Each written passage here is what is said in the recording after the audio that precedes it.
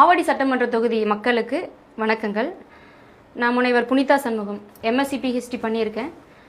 சைனாவில் 2 வருஷம் post doctoral சயின்டிஸ்டாக வேலை செஞ்சுட்டு வந்திருக்கேன். அதே தொகுதியில் திராவிட ஆட்சிகள் ஒரு தொகுதிக்கு, நம்ம தொகுதிக்கு மட்டுமே குறைஞ்சது 40 to 50 கோடி செலவு பண்ணி தான் அந்த தேர்தலில் நிற்கிறாங்க. அவங்களோட மாத சம்பளமே 1,05,000 1,10,000 தான். 5 வருஷத்துக்கு நீங்கள் கேல்குலேட் பண்ணால் 66 லட்சம் தான் வருது.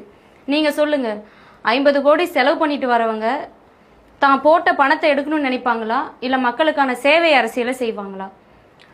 நாம் தமிழர் கட்சி பிள்ளைங்க இப்போ வரைக்கும் மக்களோட ஒவ்வொரு உரிமை குரல்லையும் துணை நின்றுருக்கோம். எல்லா போராட்டங்களையும் துணை நின்றுருக்கோம். நம்மளோட பிடியில் இந்த முறை ஆவடி சட்டமன்ற தொகுதியில் நாம் தமிழர் கட்சி வென்றுச்சு அப்படின்னா மக்களோட குரலா சட்டமன்றத்தில் நான் எழுப்புவேன். நம்மளோட அடிப்படை பிரச்சனைகளை நான் தீர்த்து வைப்பேன். எதுக்கு இலவசங்கள் இருக்கணுமோ அதுக்கான இலவசங்கள் கட்டாயமாக இருக்கும். நம்ம ஆவடி தொகுதியில் இருக்கிற பிள்ளைகளுக்கு நல்ல கல்வியும் சரி, நல்ல விளையாட்டும் சரி, நல்ல வாழ்வியலோட முன்னேற்றமும் சரி, வேலை வாய்ப்பும் சரி, எல்லாத்துலேயுமே நான் உறுதுணையாக இருப்பேன். உங்களில் ஒருத்தியா உங்களோட குரலில் நாம் தமிழர் கட்சி பிள்ளையா சட்டமன்றத்தில் என்னோட குரல் எழுப்புவேன். ஆகவே வருகின்ற 2026 சட்டமன்ற தேர்தலில் நாம் தமிழர் கட்சி விவசாய சின்னத்துக்கு வாக்களித்து உங்களில் ஒருத்திய சட்டமன்றத்திற்கு அனுப்புங்க. ஆவடி தொகுதியை சொர்க்க பூமியாக நான் மாற்றுவேன், பசுமையான பூமியாக நான் மாற்றுவேன். இங்கே எல்லாருக்கான அடிப்படை உரிமைகளை கட்டாயமாக தீர்த்து வைப்பேன் உங்களில் ஒருத்தியா.